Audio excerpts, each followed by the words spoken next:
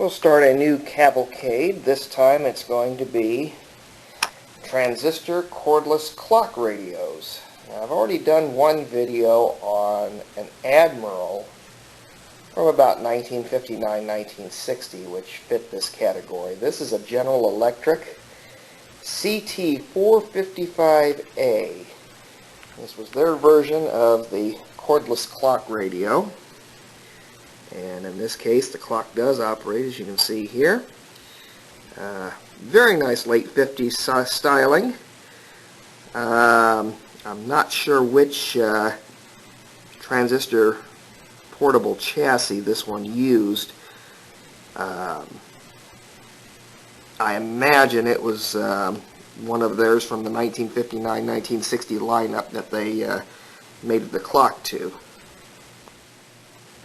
Getting to the battery compartment, it's very simple. As with most GEs of that time period, you slide this brass knob up, the entire assembly drops down, runs on 3 AA batteries for the radio and 1 D cell for the clock. And to adjust the time, there's a little slide mechanism here, and there's a thumb wheel way deep down inside that little slot right there. Take a screwdriver or something along those lines and you can adjust the teeth upwards or downwards that are inside, and that will make the clock either run faster or slower. Now, most of the clock mechanisms that you see on radios like this are made by West Clocks, and their clock drive is constantly driven by a spring, which in turn sets the entire mechanism in motion. GE and Zenith used a different mechanism made by a German company called Diehl. And the way this one worked was there's a motor inside that winds up the mainspring, and then the clock runs for about 10-15 minutes. Afterwards, the trip mechanism hits the motor again, and then it winds up all over again for another 10 or 15 minutes each cycle. So without further ado, let's go on ahead and turn the mechanism on. Pretty good tone for a transistor portable. And to give you an idea how big it is, here's my hand. La mezcla perfecta, un poco del recuerdo.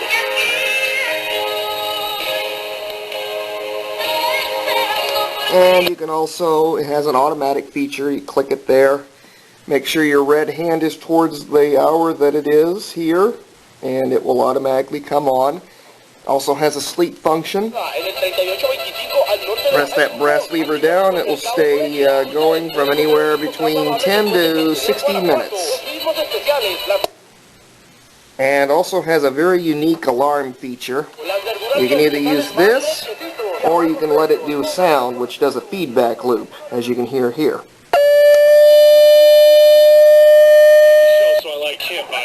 I don't know about you, but that alarm would just about make me jump out of my skin, so I usually prefer using the radio as my alarm feature instead of the feedback. But other than that, very nice radio, not very common. I've maybe seen 2 in the time that I've been collecting, and this one was very easily restored and brought back up to snuff, and the clock keeps excellent time. Nice collectible to have if you can find one. Here are 2 transistor clock portable radios, both pocket-sized. The left one here is made by Sony, the other one is made by Panasonic. Probably came out about the same time, sometime in the early 60s. Turn that one off. There's the Panasonic. The whistle you hear, of course, is the camera interfering.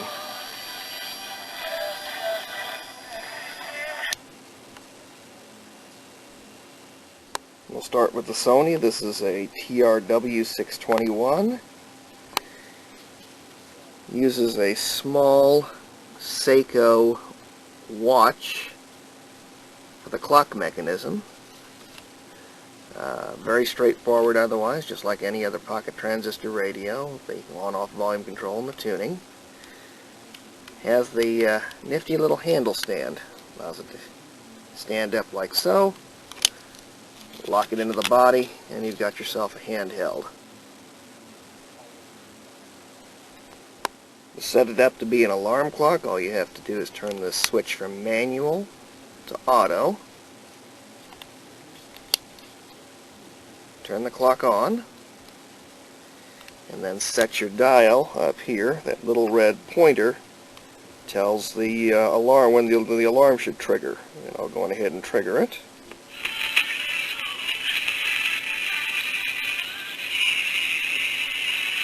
Just like that.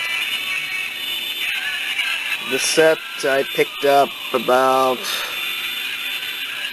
15 years ago. I think it was at a flea market. Got it for next to nothing, which surprised me. And back here it also has the earphone and antenna connectors.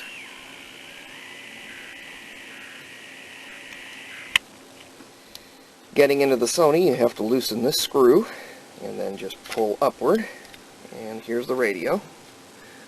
Kind of unique. The ferrite bar is here on the bottom instead of on the top. It's inverted. And uses just a regular 216 style 9-volt battery. Nice and compact, but looks to be something fairly easy to service. Very early Sony craftsmanship, as you can see here. This is exactly how all early Sonys looked on the inside, with this copper brown printed circuitry. This is the Panasonic model T92, called a port alarm. It also uses a Seiko movement, and built about the early 60s. Had a little more metal to it. Pretty much straight line tuning. Your volume control is over here. I'll go on ahead and turn it on.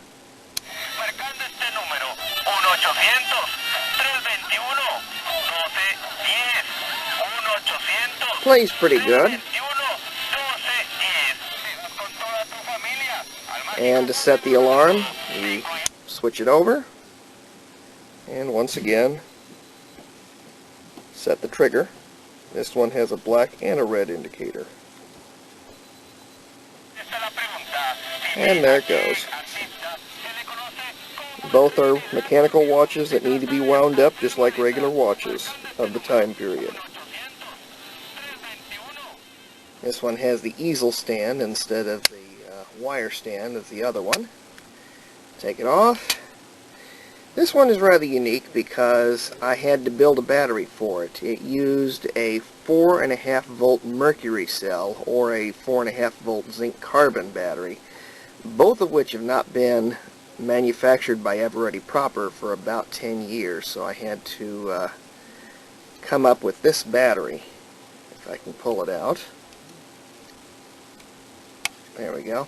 And with mercury cells, the flat end is positive. The button end, which you would normally think would go to positive, is actually negative. Also did the graphics in what you would see in the early 60s with an Eveready battery. And I'll show you the details here in just a second. Here's the inside of that battery. All you have to do is take this top pin out. This will pop off. This has the spring contact here. 3 LR44 button cells, the kind of batteries used in kids' toys, like talking books and such, the ones that annoy the living hell out of their parents. Hint, hint, hint. That's where I got mine, out of my daughter's books, fit in here, and that's 4.5 volts.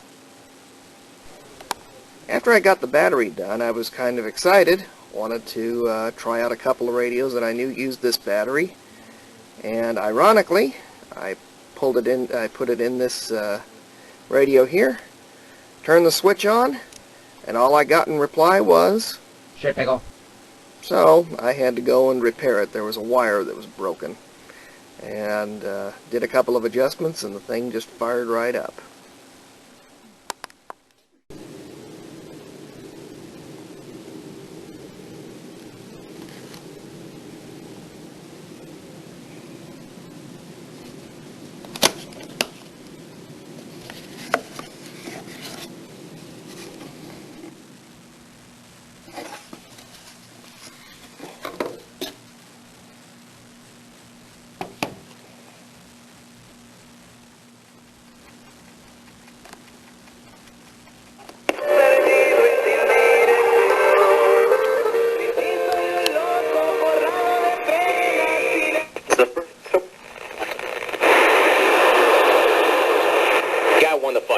Whether it was a tactical mistake on his part or not, he lost that fight.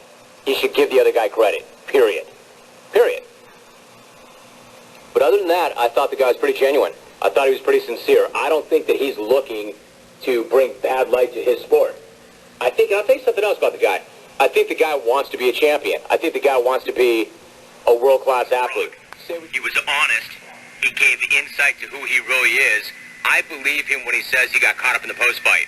We all have to remember this guy was paid by WWE to cut promos, so he had a moment. I think he's a good guy. More MMA interviews that are great, Jim. Al, see, that's the other thing. The guy had done it one way for a long time. He was used to that script.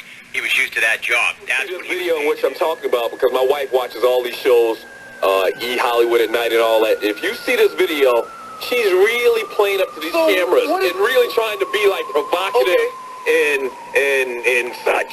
I can't explain. You just need to go see it. But my question to you is...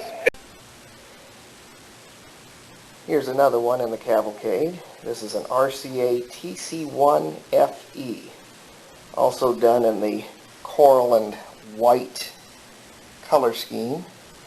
Very similar to the Westinghouse. It has this nice little curve, so it was designed probably about 1959, 1960.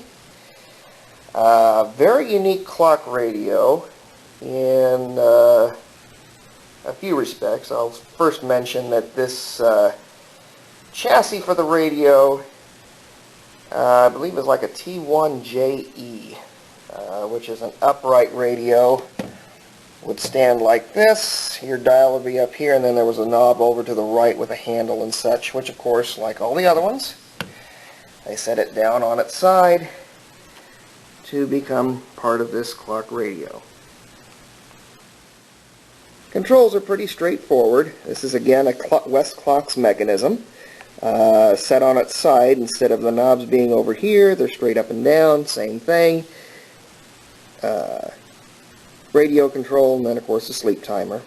You notice the clock is not running on this one. I'm sorely disappointed.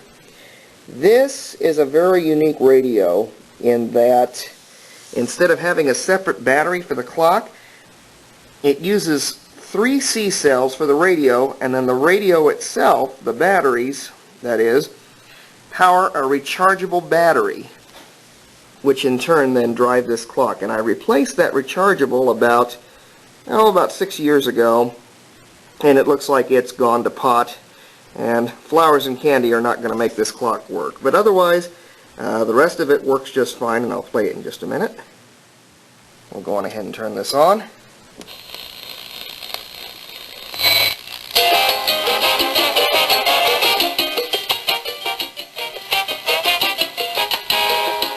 Same reproduction. Play it by music or by this phone.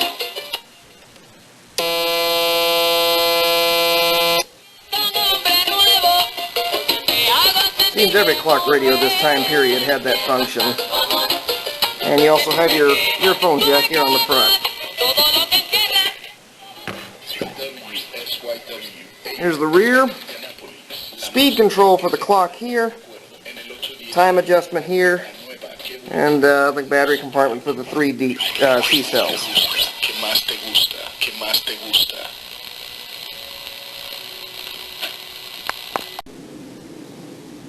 This must have been very impressive to have either on your nightstand or in your office. It's a Philco T1000, made about the same time as the other clock radios that I mentioned. It is a cordless one, transistorized, and some people call this one the Predicta model, along with another clock radio that was a tube model that only has one of these heads on it. It is twin speaker. Unique feature about it is it can sit like this on a desk, or if you twist this upwards, you could then hang this on a shelf. Something along the lines of that. Clock mechanism is a Westclox like the rest of them. Same layout. This one, unfortunately, has quit on me. I do remember when I worked on this about 6 years ago, it kept giving me all sorts of trouble. It's probably a lubrication problem. But other than that, the radio does work.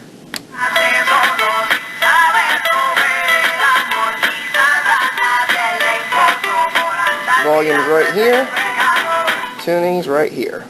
An identity is stolen every 3 seconds, but you don't have to be next. You can be protected by LifeLock. LifeLock is the leader in identity theft protection because they also has a little metal strip here, which I guess you could probably engrave, give this to an award for somebody. $1 million. Now, you can have LifeLock free for 30 days and 10% off simply by going to LifeLock.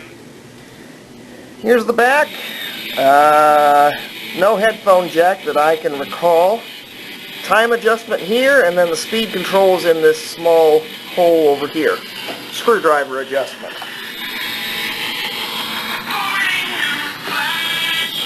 I do remember when I purchased this about 15, 20 years ago, this thing was absolutely filthy. It took forever to get it to polish up.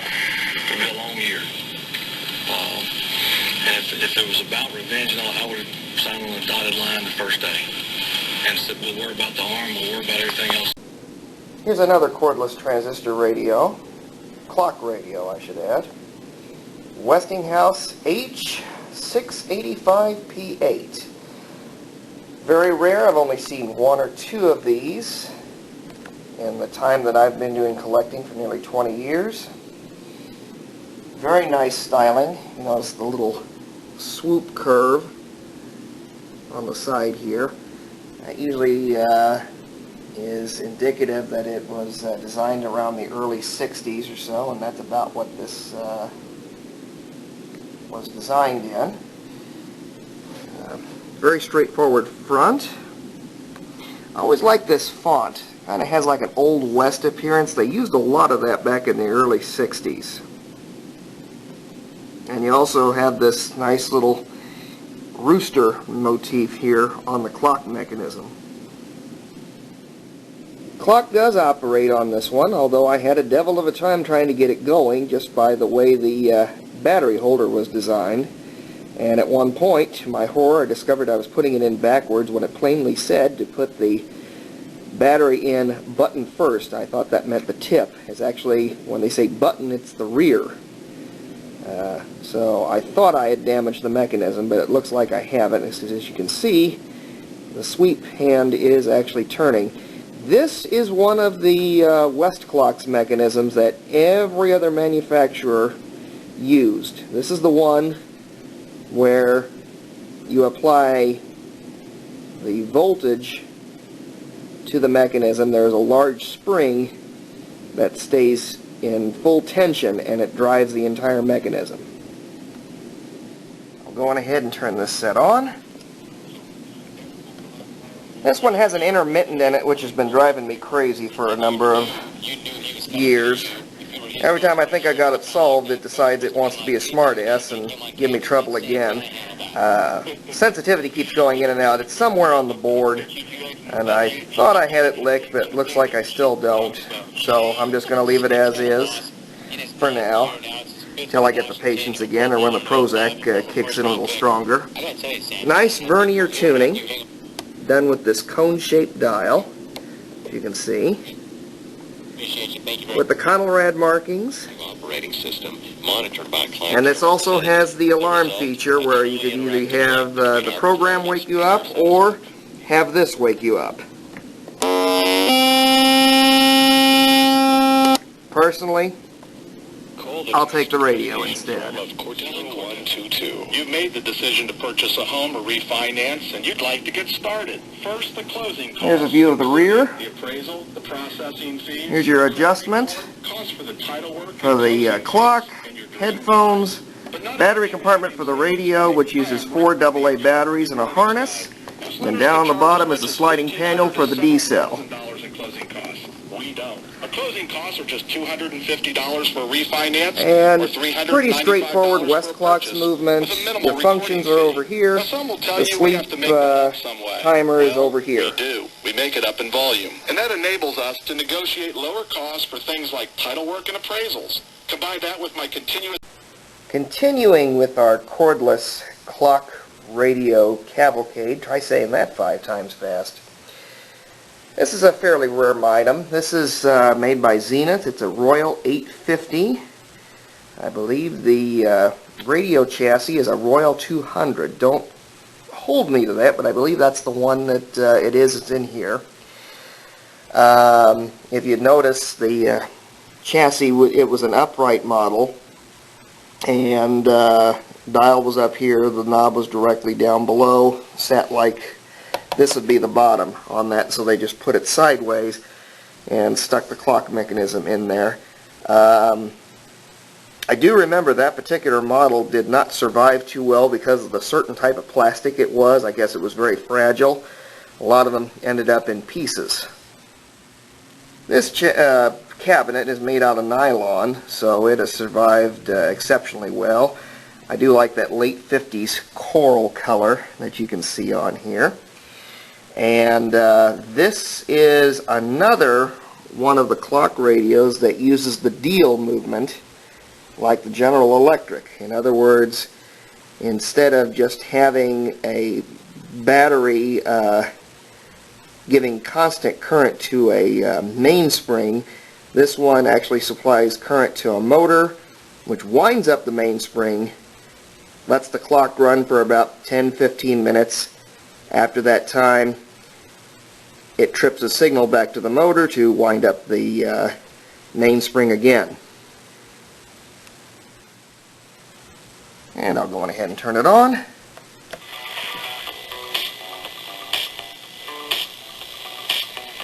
Very nice thing about this radio, it has vernier tuning like most of the Zeniths of the time did. See if I can get something else in. Position where he could do that. The Vikings need him, and the Vikings are the best Super Bowl ready team that he can get on to go to Sound quality is a little bit thinner, but sensitivity is just great. Just like on all the early transistorized Zeniths. Here's a view of the back. Your time adjustment's over here. And then your alarm adjustment is rather unique. It's this ring that goes around here, this little red notch, and that tells you where to set the alarm. And then to turn the set on is this metal lever, which also, if you press this down, turns the automatic feature on. Now this one's in fairly good condition. I did recap it a long time ago. The only major damage that it has on it is whoever owned it before me left the batteries inside, and that is the result. It must have been zinc carbon batteries because you can see the corrosion and the damage that's here. Surprised it didn't do any worse than it did, but for the most part, the radio's in very good shape. Even had a leather case that it came with. I imagine at one point it made it a very good travel companion. I believe this one came out about 1959, 1960 like the rest of them. Very rare set. If you ever can find one, by all means grab them, because these parts here are fairly common, and you can make one really look good. Many of you have seen the video of the mid-50s General Electric convertible radio, which allowed the user to have a portable and a full-blown clock radio at the same time. This is the same concept, made about 1964. This is a Motorola CX2, N as in November, transistor portable called the Tandem. The number 7 Boilers face a huge contest. What's unique about it is Michigan State. it can be used as a clock radio, but if you needed something that was portable for a game or something, you just merely remove this,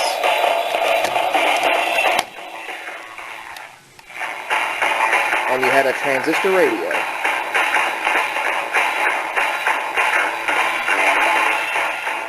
This is just a standard 6-transistor portable, nothing very special. The chassis is the double-sided Placer chassis that Motorola was famous, or some servicemen would say infamous about. Double-sided circuit board, and it's full of Japanese components. About this time is when Motorola was shifting everything towards Japan for their radios. And then over here is the actual clock mechanism. This is a Telecron movement dial. Basic functions: turn it on, turn it off, the sleep function. And then down here, it is set for radio, no alarm, or radio and alarm. Now we'll do the buzzer feature, which I believe is like this. I had it set up wrong for some reason. I thought it was the buzzer would come on in the last part of it, but I think this is the way to do it. What if that doesn't work? It's going to fool me again. Fail to convert that, and then Let me try again. is working on a short field. And then if Manning So goes in, turn off the alarm. is the biggest bonehead ever. You hit no alarm. So if I switch this around,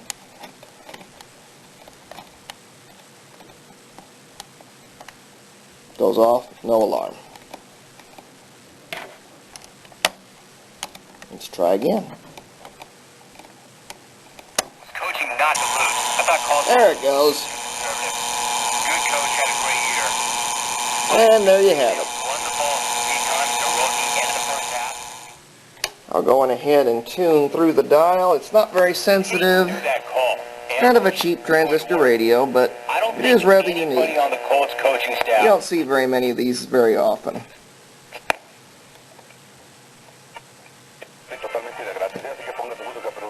I had to replace the selenium rectifiers that were in it with silicon. Replace all the capacitors in the radio. And by execution. There's a little more hum that I'd like it to have. Yeah, about 5 or 6 times he was held. But it does pretty good.